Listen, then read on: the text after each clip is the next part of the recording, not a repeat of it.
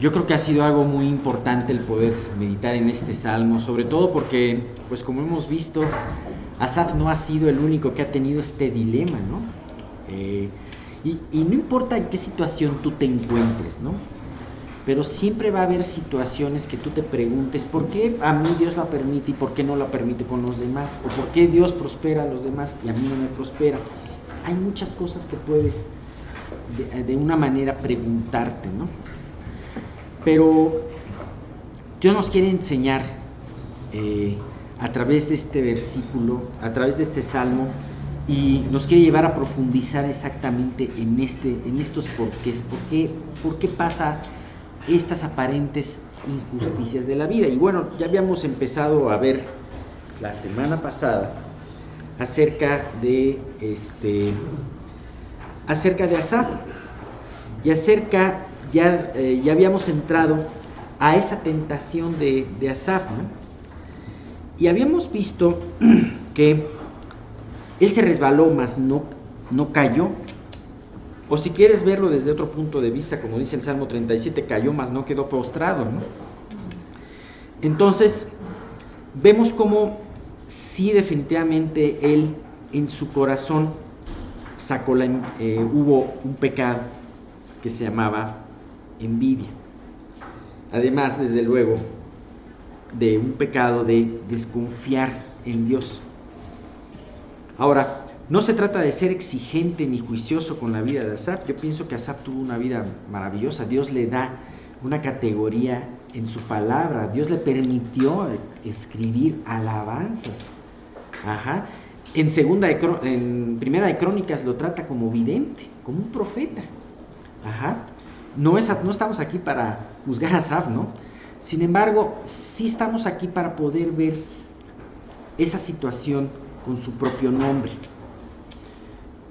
Es fácil dejar de poner nuestros ojos en Dios y empezarlos a poner en el hombre. Muchas veces pensamos que esto es una especie de... empezamos a admirar al hombre, pero también nos empezamos a pesadumbrar por aquellas aparentes injusticias de la vida, ¿no? Y que en muchas personas han sido pretexto para no creer. Ahora déjame decirte una cosa, ese es un pretexto porque muchas veces lo que realmente no quiere una persona es ir a la luz para que su vida cambie. Ese es algo que sabemos. Y la luz vino al mundo, pero los hombres amaron más las tinieblas que la luz, porque sus obras eran malas. Y bien, pues vamos a ver estos versículos del 4 al 14, del 4 al 14. Vamos a ver primero una parte que es del 4 al 12. Carlos, ¿me puedes hacer favor de leerlo? Sí, del 4 al 12, ¿verdad? Al 12, sí. Porque no tienen congojas por su muerte, pues su vigor está entero. No pasan trabajos como los otros mortales, ni son azotados como los demás hombres. Por tanto, la soberbia los corona. Se cubren de vestido de violencia. Los ojos se les saltan de gordura.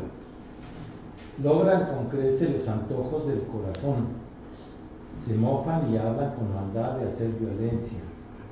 Hablan con altanería. Ponen su boca contra el cielo y su lengua pasea la tierra. Por eso, Dios hará volver a su pueblo aquí, y aguas en abundancia serán extraídas para ellos. Y dicen, ¿cómo sabe Dios? ¿Y hay conocimiento en el Altísimo? He aquí, estos impíos, sin ser turbados del mundo, alcanzaron riqueza. Exactamente. Me gusta también, y lo voy a leer en la versión NTV también. Dice, aquí llegamos a un punto, bueno, Asaf había visto a todo esto y nos está relatando en estos versículos del 4 al 12, en estos 8 versículos, del 4 al 12, nos está relatando qué es lo que vio en estos hombres, cuáles son sus características. Ahora, nosotros los estamos viendo de lejos y muchas veces decimos, pues sí es cierto, claro.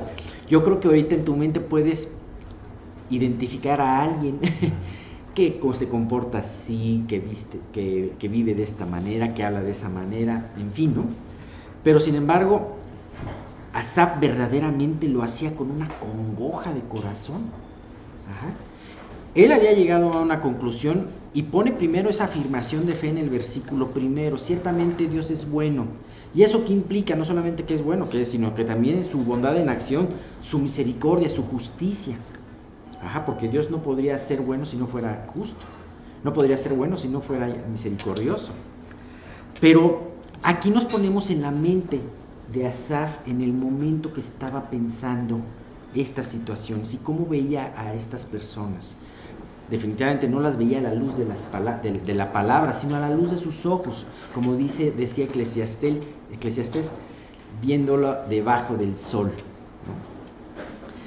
Y habíamos visto cómo es terrible tener envidia del impío, porque date cuenta que no estás entendiendo el plan de Dios y que estás viendo la vida de un hombre que está a punto de perderse, a pesar de que tenga mucha bonanza aquí, ¿no? O a pesar de que no tenga problemas aparentes aquí, ¿no? Bien, vamos a ver, les voy a leer en la versión, me equivoqué de salmo aquí.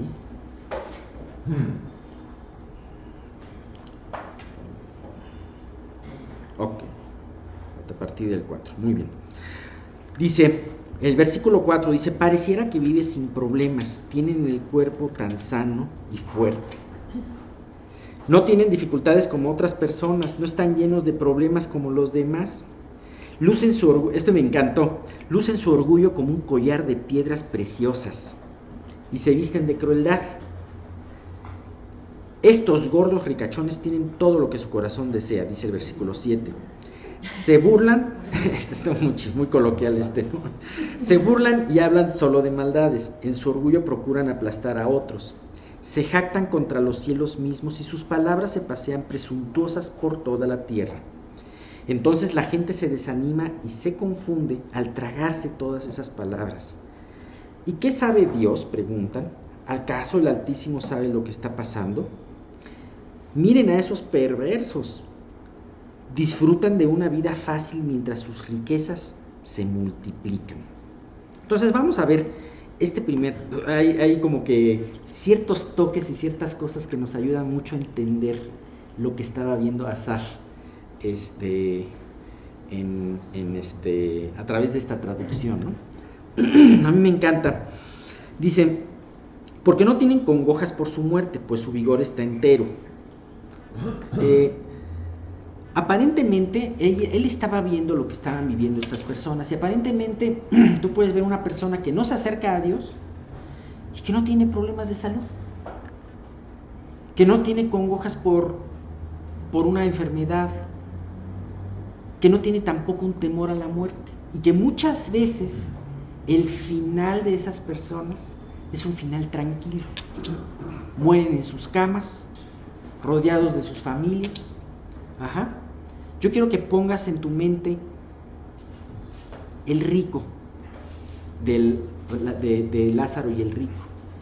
Pues sí, este hombre aparentemente murió tranquilo. Sin embargo, Jesús, al develarnos lo que pasa del otro lado, vemos que realmente una muerte tranquila no significa una eternidad tranquila. Ajá. Digo, Dios puede traerte la bendición de morir tranquilamente y rodeado de tus familiares. Todo esto no es una maldición de ninguna manera. Pero Asaf se preguntaba, y cualquiera que haya visto a Lázaro y al rico se ha de haber preguntado por qué Dios permite que tenga tantas congojas en su salud y que haya tenido tantas congojas en su muerte Lázaro, que conoce a Jesús, y por qué el rico no pasó todos estos males, ¿no? Pero esto era lo que estaba viendo, ¿no? Aparentemente es una situación injusta. Dice el versículo 5, muy relacionado con esto: no pasan trabajos como los otros mortales, ni son azotados como los demás hombres. Pareciera como si el sufrimiento se hubiera alejado de ellos, como que las cosas se les dieran fáciles de alguna manera, ¿no? quisieran algo y prosperaran. Ajá. Pareciera que la tragedia está lejos de su vida. Ajá. Es decir, que las privaciones, que las enfermedades, que las tragedias están lejos de su vida. Esto quiere decir que ellos tienen una tranquilidad temporal. Ahora, no estoy hablando de que sea malo tener una tranquilidad temporal. Si tú tienes salud en este momento, si tú tienes un bienestar económico, gracias a Dios. Qué bueno, o sea, bendícelo y agradécele. Pero ¿cuál es la diferencia entre un impío y una persona que sí conoce a Cristo? El corazón. Ajá. Y esto, aparentemente, dice, no pasan trabajos como los otros hombres. Bueno, hay vidas de creyentes más tranquilas. No Dios tiene para todo creyente el ser mártir. Y no está mal, es lo que Dios haya tenido. Sin embargo, ¿qué es lo que define este versículo? Lo define el siguiente versículo, el versículo 6. ¿Cuál es la respuesta del impío ante estas bendiciones de Dios? Por tanto, la soberbia los corona, se cubren de vestido de violencia. Dice aquí, hago un paréntesis en lo que dice la versión NTV: lucen su orgullo como un collar de piedras preciosas y se visten de crueldad. Dios trae la prosperidad, Dios trae la salud.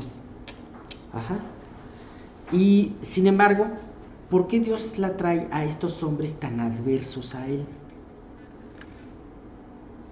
Porque eso iba a manifestar más lo que había en sus corazones. Tú puedes ver que aquí, en vez de hablar de un agradecimiento, que sería la actitud normal al traer Dios bendiciones, lejos de eso, se coronan de violencia, o se cuelgan como un collar de piedras preciosas su orgullo, ¿no? Pero además su boca se viste de crueldad y de violencia. Ajá. Es como si ellos dijeran, o sea, en vez de agradecerles, se ensoberbecen.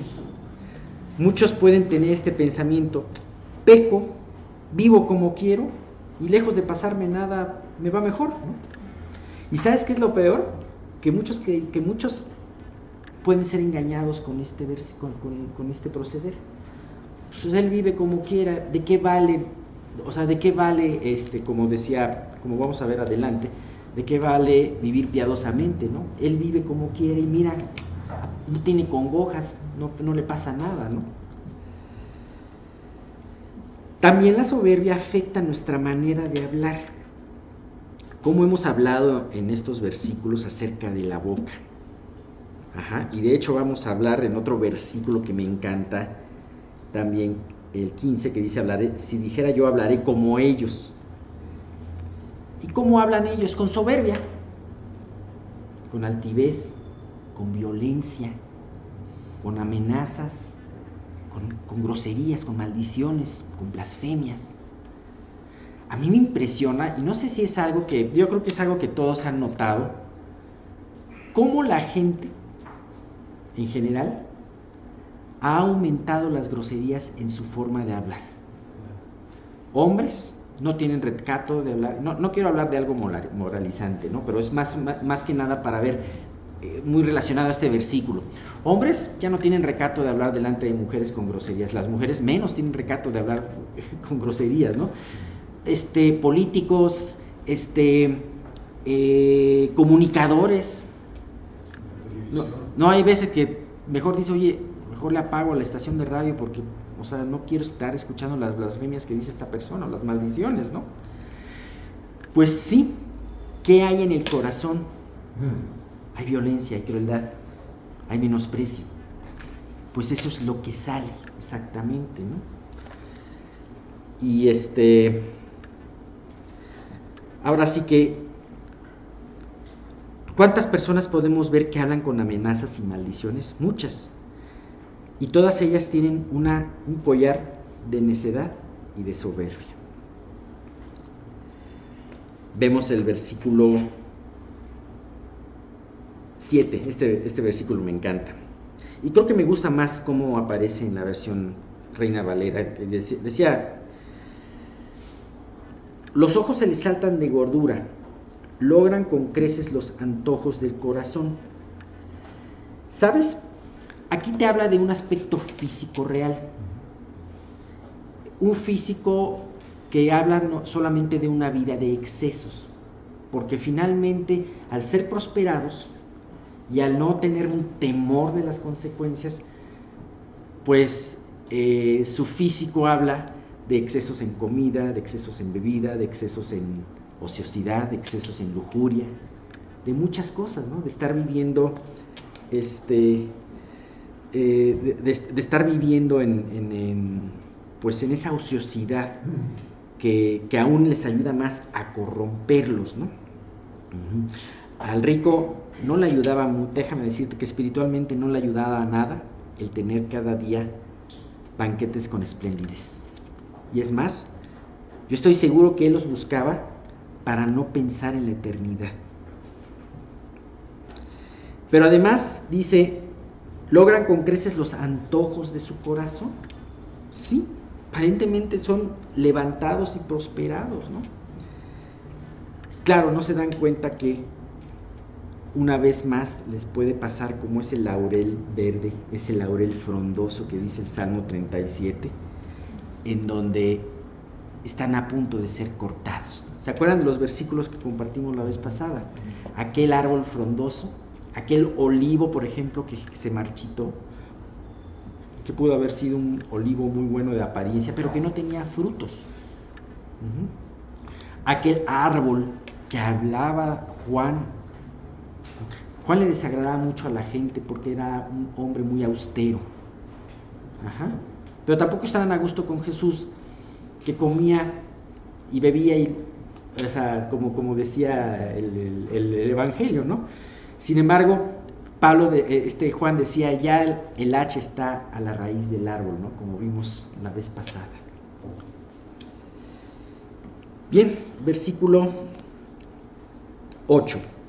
Se mofan y hablan con maldad de hacer violencia, hablan con altanería. Una vez más hablamos de profundizamos un poquito más acerca de esa forma de hablar de maldiciones, pero además con mucha jactancia.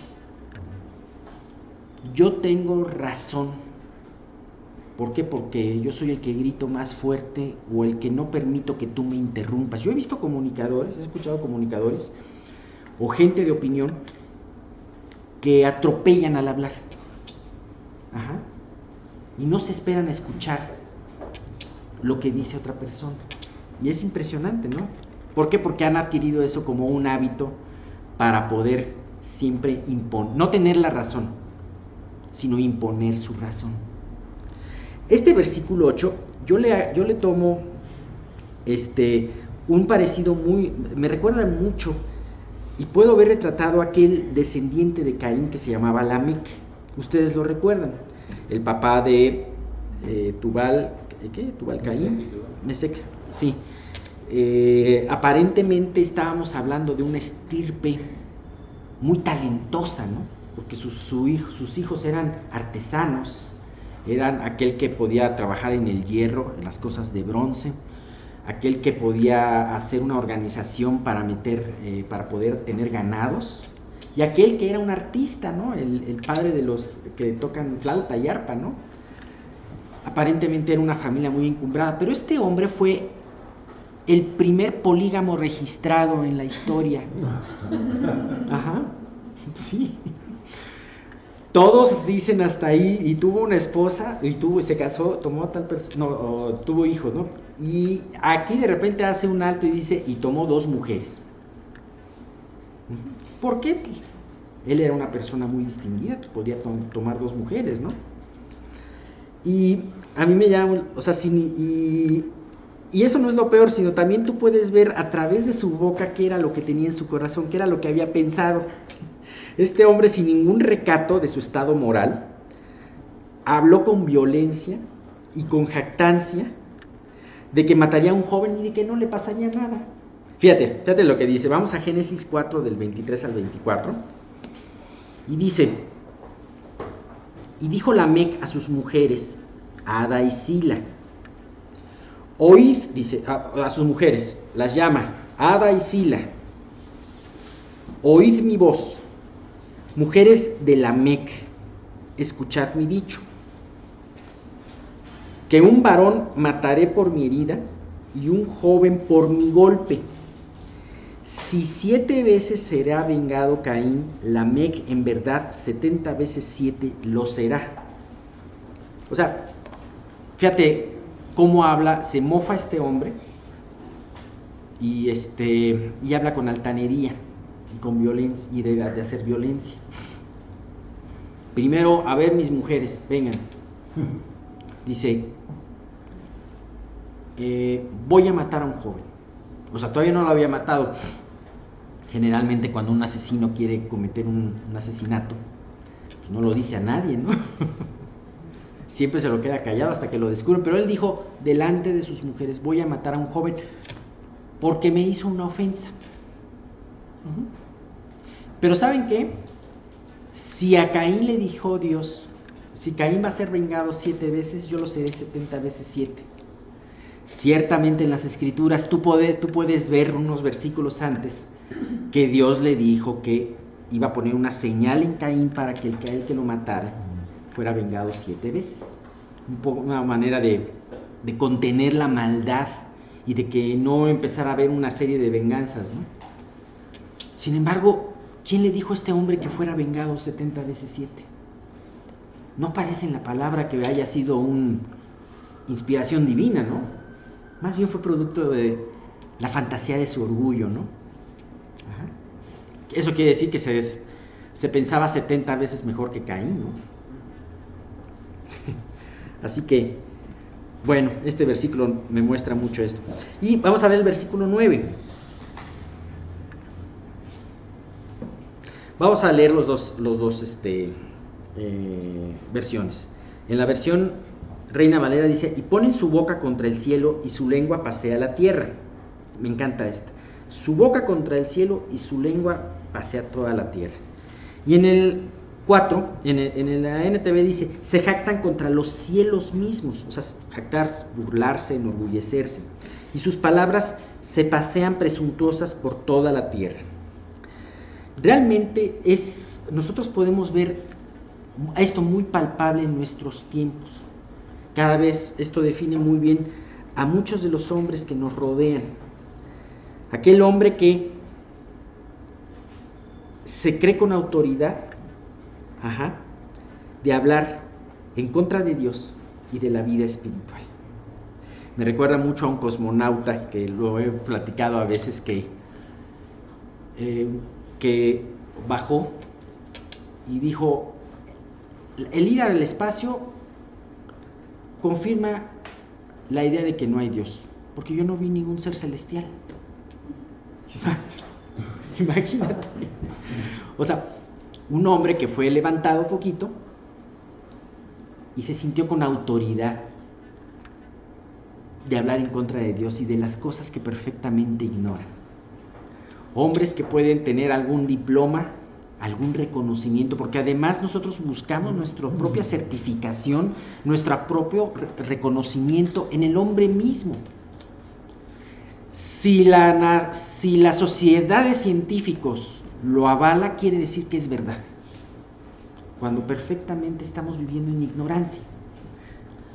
Imagínate, muchos dicen, no existe Dios porque no se puede probar en un laboratorio. Como si Dios pudieras meterlo en un matraz, o en una pipeta, o en un tubo de ensayo, ¿no?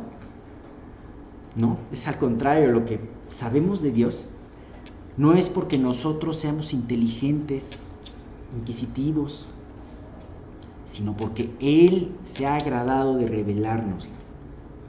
Mientras tanto, somos unos ignorantes, vivimos en ignorancia. Y a través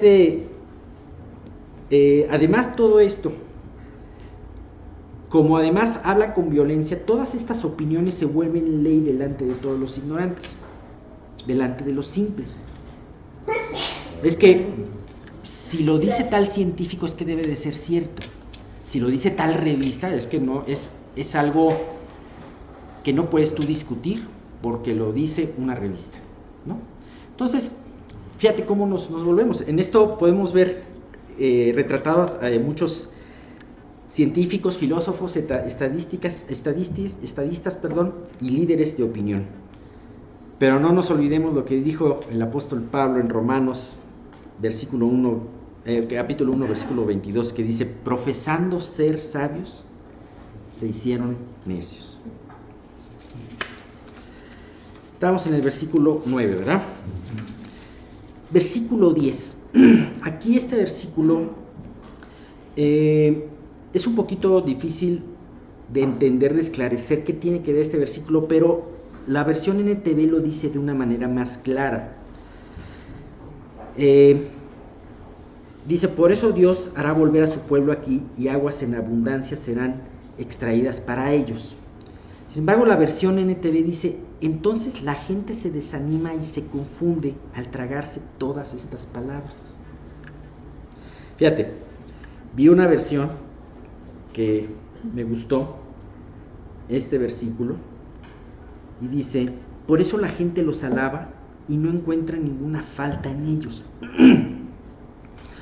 Yo me puedo imaginar que un poquito haciendo una sinopsis, un resumen de estas versiones, podemos encontrar que efectivamente a través de todo esto muchos van a ser confundidos, muchos se desalientan. Los creyentes se pueden desalentar, porque si ves una persona muy segura afirmándote cosas, pues eso te puede hacer tambalear, ¿no? Si tú no estás agarrado de la palabra. Ajá. Y efectivamente, como dice aquí, y aguas en abundancia serán extraídas para ellos, como dice aquí. Hay otra parte, hay otro que dice, muchos son confundidos. A veces el escuchar a esta gente, escuchar esta altivez, hace que la persona que quiere seguir a Dios sea confundida. Y en esto tenemos que tener cuidado nosotros. Nosotros que conocemos la palabra de Dios, tenemos que estar meditando constantemente en la palabra de Dios, porque si no vamos a estar meditando entonces en las aguas que el mundo nos da. Las aguas de la incredulidad, del escepticismo, del relativismo, de tantas cosas, ¿no? Y es impresionante ver inclusive cómo muchos creyentes o confundidos o pseudocreyentes pueden empezar a tratar de acoplar la doctrina cristiana a las filosofías humanistas o las filosofías impías.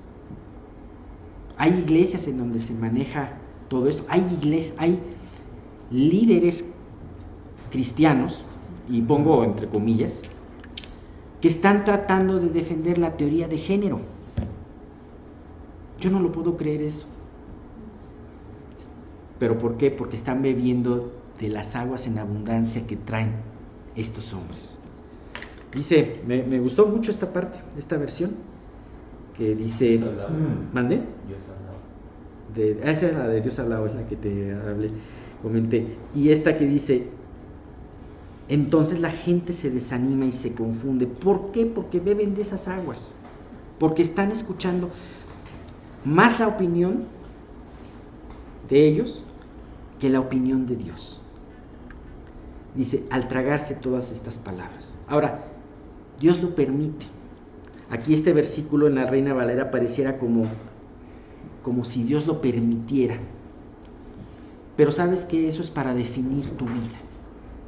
¿En qué vas a creer? ¿Cuál es tu tesoro? ¿Dónde está tu tesoro? Ahí va a estar tu corazón. ¿Vas a meditar en la palabra de Dios lo suficiente? Yo creo que esto es una exhortación a que podamos llenarnos de la palabra de Dios y de esa manera poder repeler toda esa filosofía que viene en contra de nosotros, ¿no? En contra de la palabra de Dios, mejor dicho.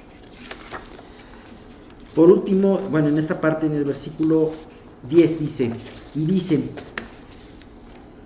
¿Cómo sabe Dios? Y hay conocimiento en el Altísimo. El 11, perdón.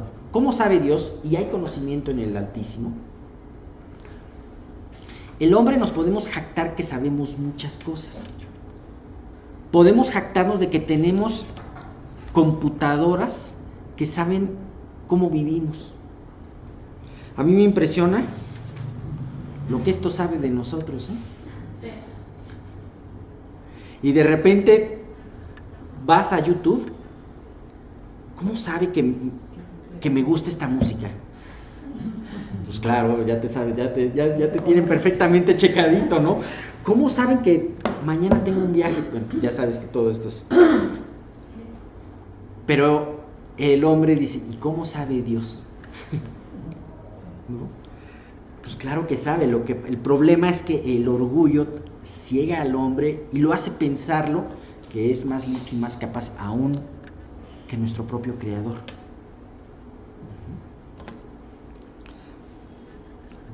Y el versículo 12 dice: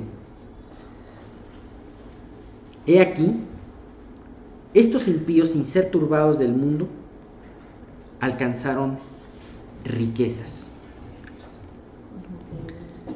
¿Sí? Dice, alcanzaron riquezas. Y a mí me impresiona porque finalmente esta es una conclusión de Asaf que dice, en pocas palabras, al final de estar describiendo al impío como lo veía con esos ojos, decía, esto es lo que yo veo, que estos hombres, sin ser turbados del mundo, alcanzaron lo que querían, viven mejor que yo, porque no pasan las aflicciones que yo paso, no pasan a lo mejor las carencias que yo paso, las preocupaciones que yo paso. Y esto era la piedra de tropiezo de Asaf. Terminando con estos dos versículos hermosos, el 13 y el 14, que me gustaría... ¿Quieres leerla, Miguel? El 13 y el 14. Verdaderamente en vano he limpiado mi corazón y lavado mis manos en inocencia, pues he sido azotado todo el día y castigado todas las mañanas. Bien. Aquí se utiliza una palabra que se llama Aquín. Y Aquín es la misma palabra, Aquín en hebreo, significa ciertamente o verdaderamente. Y vemos que esa misma palabra se utilizó al principio del Salmo, en donde dice, verdaderamente Dios es bueno para con su pueblo. En el primer versículo se estaba afirmando una verdad contundente, Dios es bueno. O sea, antes que les vaya a contar todo esto, yo quiero decirles que Dios es bueno. Sin embargo, aquí Asaf utiliza esta palabra para demostrar lo desviado que estaba su mente por haber dejado de poner sus ojos en Dios. Ahora, a mí me impresiona, estamos hablando no de cualquier persona, estamos hablando, como decía yo, de un vidente, de un profeta, el cual ahora su fe estaba naufragando por haber dejado de poner sus ojos en Dios. Y aquí habla de algo muy importante, y lo hacemos a manera de conclusión. Él había dejado de poner sus ojos en Dios y empezó a poner los ojos en las situaciones que aparentemente vivían los demás hombres, muchos de ellos hombres verdaderamente impíos. Y él cometió un error: compararse con ellos. ¿Sabes? Dios nos ha llamado a ser la luz del mundo. Dios nos ha llamado a ser los primogénitos de la creación. Y no te digo esto porque no quiero tampoco llenarnos la idea de que somos príncipes en esta tierra y tal. O sea, sí, somos los príncipes del Padre terrenal, pero debemos vivir como siervos. Pero aquí lo más importante es, el problema de la tentación fue empezarse a comparar. Dios nunca quiere que tú te compares con alguien y menos con un impío. ¿Tiene relación tu vida que va caminando hacia el cielo con la vida de alguien que va caminando hacia el infierno? Acuérdate que Jesús abrió un telón en esa historia de Lázaro y el rico, en donde si hubiera permanecido ese telón delante de nosotros, aparentemente hubiera sido una ¿cómo se llama? Historia muy injusta. El hombre, el siervo de Dios, el piadoso, teniendo una enfermedad y viviendo en la miseria, y el hombre impío viviendo en riqueza y en salud. Sin embargo, cuando Jesús abre el telón de la eternidad y lo vemos del otro lado lo que sucedió, podemos entender que hay una eternidad y que hay un propósito en la providencia de Dios para cada uno de nosotros. Claro, eso no lo entendía Asaf, eso lo entendió después, pero la parte de ganancia de ellos, de los impíos, estaba aquí y ahora y sería temporal, mientras que la de él, de Asaf, se aguardaba en la eternidad y nunca le sería quitada. Así que si algún día tienes esa tentación de compararte, acuérdate hacia dónde vas caminando, hacia dónde te está llevando Dios, y más bien, en vez de sentir envidia, es una situación que si tú meditas lo suficiente vas a sentir más bien compasión y cargo, porque ese laurel verde puede estar a punto de ser cortado. Bien, en la incertidumbre que produce una fe titubeante, como la que tenía Asaf, empezó a ver su vida al lado del Señor, sus pruebas, su disciplina piadosa, su autonegación a favor de Dios como una pérdida de tiempo. No hay que olvidar, y eso era un ataque, no hay que olvidar que Satanás puede meter su veneno aún en la vida de los hombres más santos por la menor rendija que le encuentre. Así que tenemos que ser diligentes en cuidar nuestra vida. Claro, en nuestra vida vamos a estar teniendo pruebas y vamos a estar, pero Dios nos lleva a ser diligentes, a ser vigilantes, porque sabemos que ese tipo de cosas muy sutiles pueden permear nuestra vida, ¿no? Y bien, pues terminamos aquí con estos versículos. La próxima semana vamos a ver ese punto de inflexión que tiene esta prueba en la vida de Asaf. Él termina este versículo diciendo: pues he sido azotado todo el día y castigado todas las mañanas. Pues sí, efectivamente, tú puedes ser azotado y castigado, puedes pasar tribulaciones, pero no se te olvide que esta es una parte de Dios en tu vida, como también Pedro lo señalaba, de que seamos bendecidos por el Señor y que dentro de las bendiciones también vienen persecuciones y tribulaciones, porque esto es lo que hace permanecer en la fe y aumentar nuestro carácter para con Dios. Además, Dios disciplina a sus hijos. Dios disciplina a sus hijos. Los que no son sus hijos, pues. Exactamente. Preocúpate si no eres disciplinado, ¿no? Decía una persona, un mártir, dijo una vez: si hay algún camino hacia el cielo, que si hay un camino hacia el cielo, pasa por la cruz, decía, ¿no? Y bien, pues vamos a ver cómo Asaf tuvo a esta conclusión llegó, pero él hizo algo muy importante. No se dejó llevar por esta conclusión, sino él acudió al lugar donde tenía que acudir. Y bien, pues aquí terminamos el Salmo. ¿Sí, Pati? Alex, a mí el otro día hay un chat de mi familia. Ajá. Y están sobrinos, mi hija ahí, y entre otros, mis hermanos.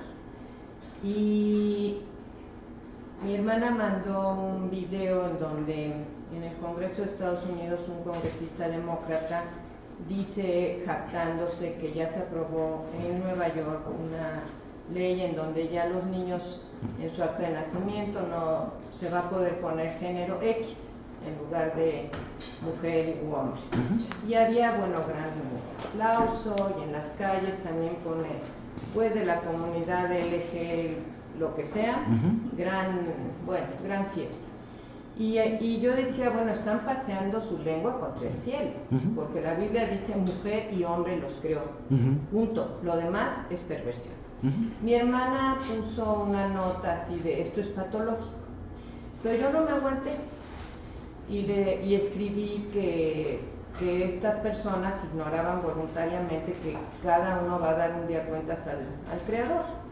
Y puse un versículo que está en la primera carta a los Corintios, donde dice, ni los mentirosos, ni los adúlteros, todos heredarán el reino de Dios. Y luego dije, Sodoma, Gomorra, Adma y Seboim fueron destruidas precisamente por, pues, la sodomía, la homosexualidad. Y también puse, o sea, quedaron como ejemplo. Y también y además son mencionadas en diferentes evangelios, estas dos ciudades, Sodoma y Gomorra, y también cuando una vez al Señor Jesucristo le preguntaron sus discípulos, él dijo, acordaos de la mujer de Lot. Yo puse las referencias bíblicas y eso, pero a mí sobre todo me importaba que Carla, que es una de las que participa activamente, lo leyera. O sea, yo el otro día pensaba, Dios, ¿quién les va a hablar a mis hijos? Pues el que les va a hablar y el que les tiene que hablar es el Espíritu Santo, porque el conocimiento de la Biblia lo tiene. Entonces no es una cosa de que como que una persona que nunca ha oído el Evangelio, no, o sea, lo tiene. Entonces, bueno, igual las reacciones que hayan tenido mis hermanos y aún mi hija, pues eso es, pero como que sí, yo dije, yo no me puedo quedar callada y no puedo decir, ay sí, es patológico, sino que yo pienso que, pues que la palabra, ¿no? Y confiar en la palabra, lo que la palabra hace. Nunca va a llegar a ti, a él vacía más bien. Ese versículo de mujer y hombre los creó, la otra vez estaba meditando en eso y decía, bueno, Jesús habló de esto al hablar del divorcio. Y en un principio le dijo a los fariseos que no habéis oído que Moisés dijo, que Dios dijo, varón y hembra los creó, por tanto dejará el hombre a su padre y a su madre, tomará a su mujer y los dos serán una sola carne. Anteriormente poníamos mucha atención al, por tanto dejará el hombre a su padre y a su madre, y para poder apoyar la cuestión pues de la indivisibilidad del matrimonio, ¿no? Indisolubilidad del matrimonio. Y nunca hubiera pensado que hubiera sido tan importante las primeras partes que decía mujer y hombre los creó. Pero ahora que estamos en esta etapa, dices, pues sí, Dios sabe por qué lo escribió y de esa manera, ¿no? Es contundente. ¿Que no has escuchado que varón y mujer los creó? Parecía muy obvio, ¿verdad? Parecía muy obvio. ¿Cuándo voy a utilizar esto? Pero esa es una situación, ¿no? Y es como burlarse así, jaja, o sea, a nosotros no nos importa, pero todos tenemos una conciencia. Pone su boca. Sí, podrán, sí. Su lengua pasea, o sea, hablan de lo que no conocen, su boca contra el cielo y su lengua pasea toda la tierra, ¿no?